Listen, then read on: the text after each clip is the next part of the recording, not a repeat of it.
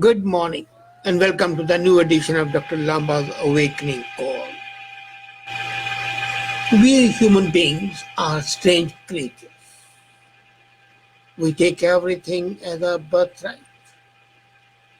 We feel that we are entitled to the small mercies and we are important enough that everyone will pay obeisance, homage to us and help us whenever we need.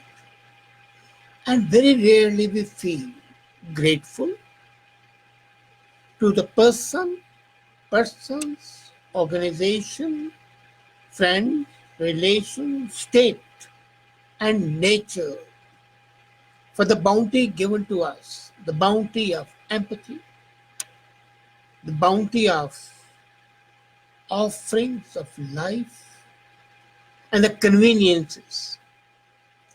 As a matter of fact, it's very rare to see human beings come up with a gratitude for the favors received and enjoyed. And not only favors, but day-to-day kind acts of help, caring, empathy, concern. They call for a gratitude and it may be expressed openly or it may be expressed by deed, in kind, return it. That is a staple of human existence. But are we really grateful? No, we are not. The most ungrateful animal on the world, on this earth, on this planet is a human being, male, female, child. And as children, we are grateful for the small mercies, even when we take the love and affection showered on us as a matter of right. But as we grow up, our hypocrisy grows. We tend to show that we are grateful. Thank you very much. Wow, how helpful of you. But there's a ring of insincerity. There's an undertone of insincerity all the time. Why is it that we are not brave enough to accept that somebody has been kind, somebody has been helpful, somebody has shown concern and care for us? Leave human beings aside. Are we thankful to the nature for the beautiful views of the nature, the sunrise in the morning, slowly the sun shimmering out of the clouds and sending the golden rays to lighten up our day? Are we grateful for the sunset in the evening, the sun slowly dipping down, the dappled dark spots coming up larger and larger, and a curious, enchanting atmosphere of the sunset which can send raptures to the soul of any human being? Are we grateful for that? Are we grateful for the wind which blows? Not only music but the heat away, or which makes us shiver and makes us feel alive? Are we grateful for the leaves rustling and unforgettable sense of musical rhapsody? Are we grateful for the waves of the oceans and the lakes, or the movement of the water in the rivers?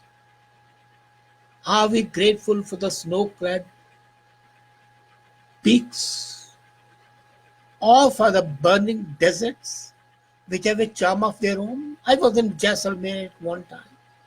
It's in Rajasthan in India. And in the evening when I came out, the tinkling of the bells of the camel traversing the desert before my eyes. In the daytime I couldn't dare look at it, but as the evening fell, the same desert has such an enchanting beauty that I was simply mesmerized. But as human beings, are we grateful which is given to us by nature, and we hardly ever forget or remember that?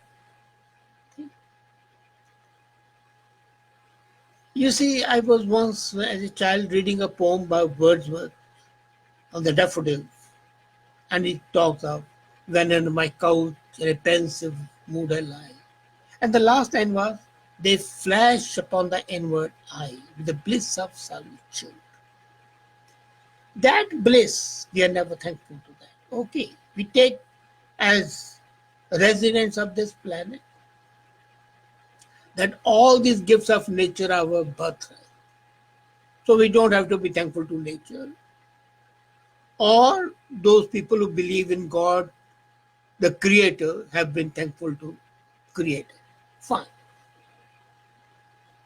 But come back to that.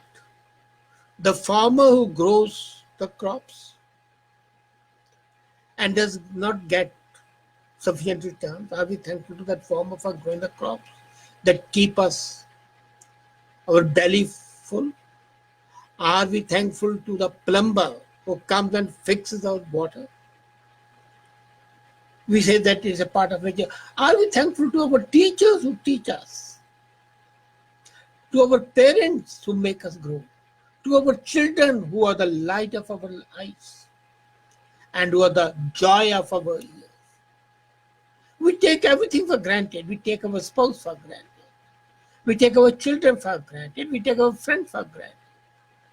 And whatever act they commit to enhance our sense of importance, we are not grateful. We take, well, it's a matter of right.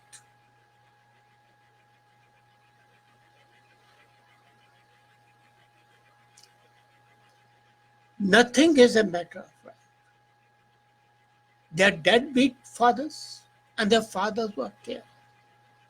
They are intolerable children and that their children who care and have concern. So the parents have to be grateful to those children, and the children have to be grateful to those parents. You have siblings, brothers, sisters, uncles, aunts, cousins. You have friends who feel for you. They may not be able to do anything, but the very sense of feeling conveys a vibration of concern, concern and care. And for that, you have to be thankful. If you are not thankful, you are ungrateful, you are ingrate. And being ungrateful is basically the quality not of human beings. As a matter of fact, it's not even of animals. It's, as a matter of fact, animals are much more grateful than the human beings are. Pat a dog, and the dog will follow you like a shadow. Pat a cat, and it starts purring with delight. And now comes a major question where I say we should be grateful, and the feeling of gratitude should always be there. But should we always be grateful? Yes, provided there's care and concern and underlying empathy. If the concern and the care and the words spoken are out of ceremonial attitude, or rather ceremonious in nature, if they are more in the nature of a formal expression, I would not be able to feel grateful. Suppose, as I am suffering, I receive an email from a relation And that email is written, and the words are, we are sorry for you, we are helpful for you, we are for praying for you, we wish you all the best. But I know the way it's written, that it's more of a show than concern. So I'll laugh at such a email rather than feel happy to receive.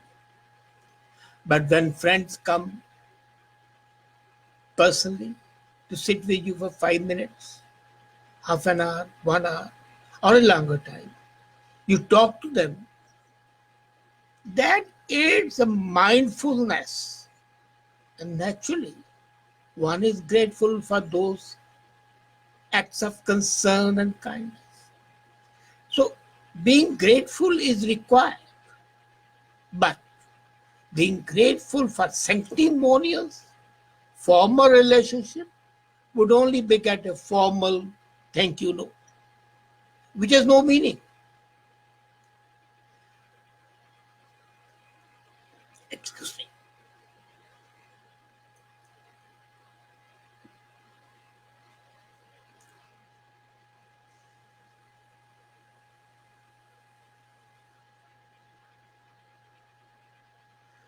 When I was very young, I read, please and thank you are the small change with which we pay our way through this world.